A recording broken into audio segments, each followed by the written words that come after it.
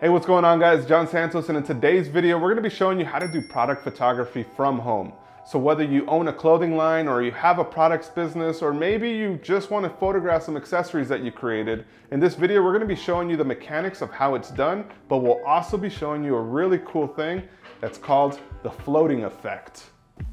Hey, what's up? I'm Mike Leisure, and in a previous video, we covered the importance of branding and marketing for your clothing line. Today, we'll be diving into the mechanics of some creative product photography.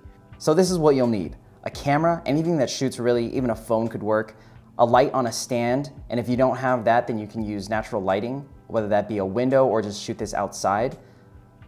You'll need some string or fishing line. Today, I think we have some yarn, a stand or something to suspend your item from, and then you'll need a friend. If you don't have any, make some. If you can't make any, I guess find some. If you don't have a friend, hire a photographer. If you don't have a photographer, I would get yourself a little tripod because it's a lot cheaper and it sticks around a lot longer. A clean wall or a background, and then some good old-fashioned Photoshop, and that'll get the job done for you.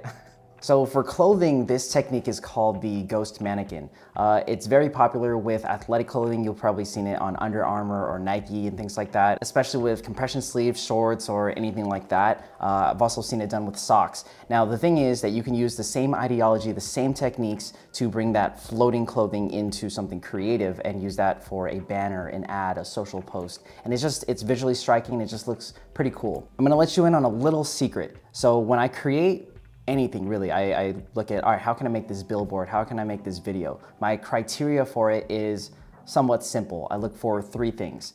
How can I make someone say, "What the duck?" How can I make someone double take that? They're scrolling, some thumb-stopping content, like, what did I just see? And then the last thing is, how do you make someone wonder? Just like, how did they do that? Why did they do that? You have to make them think. And these simple questions will help you create more engaging content, create something more visually striking. Just have that factor to it, you know what I mean? One of the quickest and easiest ways to do this is to create something with floating clothing. And I'm sure you've all seen it. It's very trendy right now. You've probably seen it all over Instagram. Somebody's gonna jump in the air, they're gonna float, they're floating a camera, it's in a thumbnail, but they're doing this for a reason. It's very effective. Now, if you do learn this, don't overdo it because it becomes a little gimmicky, but it's a very useful tool, so just make sure to put that in your pocket, put it in your tool belt, and then use that for later. All right, the first thing we're gonna do is shoot this mask on Jonathan because I do have friends. Afterwards, I'm gonna shoot the inside of the mask on the other side so that I can Photoshop it in. Okay, so I actually just uploaded all the photos from the shoot onto my hard drive here. And the first thing I'm gonna do is make sure it's organized because organization is key. I'm going to open it up in Bridge.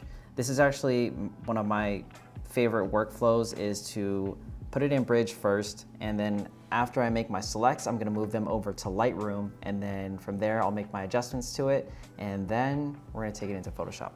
First, we're gonna do this one of Jonathan here inside the studio.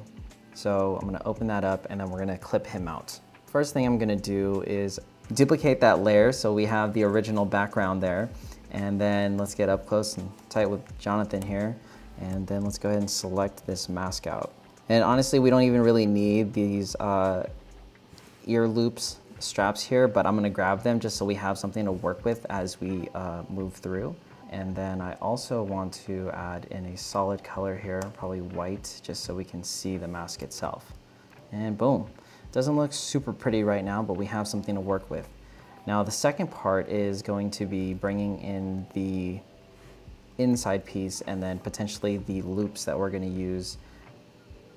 Now, as you can see, we were talking about it earlier as we were shooting, the ear loops are actually moving upwards just because that's how it actually is on a person. But if you want it to look like it's floating, you're gonna have to give the loops a bit more of a like floating or like mid-air feel, and the gravity should be pulling it down.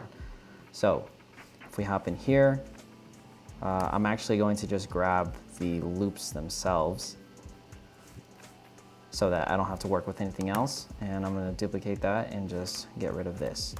So, oops. If we take this over and I actually pop it into place where it should be, you'll see that it starts to line up. And if I need to, I can actually size this up slightly. And the better you size it up now, the easier it'll be as you move, because then all your lines will match up, as you can see around these areas. And something that can help with that is if you actually drop the opacity down like halfway, got it about 50%, and then you can actually line up everything pretty close. As you see here, I might need to scale up slightly. Boom. That looks pretty good. So let's go back to 100 opacity on this. And as you can already see, we can now get rid of the straps in the back, which we technically didn't even really need in the beginning. But it does give you a nice reference point and kind of see where everything's at. And if you're familiar with using Photoshop, then you know you should be masking. And if you're not, you could totally erase, you can delete or whatever, but using the masks is just a nice way to work because it's not as destructive. If you need to go back, you can bring back a piece. For instance, here, if I can just reverse the colors and that's gonna come back for me. So I don't have to keep re-importing that same thing if I messed up and lost a piece of it. All right, so now let's get rid of this inside part here of this mask. Actually, we'll start the mask first and then select this inside here, and then we'll just color everything out. See that background starting to show up, and that little piece here in the back from the old mask is showing up, but that's okay because we're gonna mask that out as well. Now we'll go ahead and select the outside portion of it and get rid of that.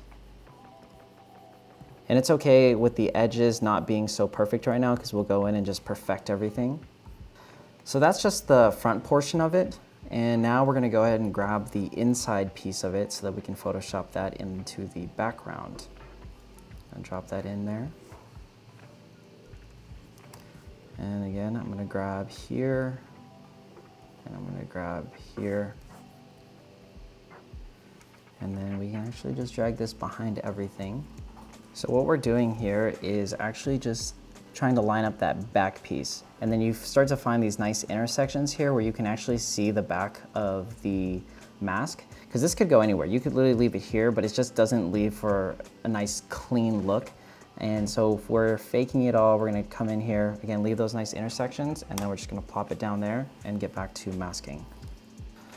All right, and there you have the mask. And now we're gonna go in and clean everything up. So again, I said, as you work on this, you wanna be non-destructive. So I have all these layers, as you can see on the right. We have our mask all cropped and we have it clipped out. The next part is to then make our shadow. So I'm gonna duplicate this, bring it down, maybe call it mask shadow. And then I'm just going to transform it and pull everything down, put it onto the ground. Now this is a pretty roundabout way to do it, but it works. I'll size it up slightly. Looks really weird, I know. We're gonna come over here and go to the blending options, do a color overlay, and I'm gonna want something dark but not too dark, so like this dark gray. And already it's looking pretty decent. If we drop it behind the mask here, we'll see that it looks like it's a shadow, but it is not by any means like that realistic. So what happens from here is we'll go in and we can play with the gradient overlay instead of the color overlay. And I'm gonna make it dark on one side and then make it slightly lighter on the other side here. All right, and here's where things start getting a little ghetto. We're gonna go in here and then go to filter, and then I'm going to Gaussian blur it. Now that we have the shadow and we've got the blur going, we want it to look slightly more realistic. So realistically, if the lighting is coming down from the top here and the shadow is coming in there, it's gonna be brighter in certain areas and not in other spaces. So I'm actually gonna drop down and do a gradient here. And yeah, if you can imagine this going into a banner here, it could even go into a shorter banner like this.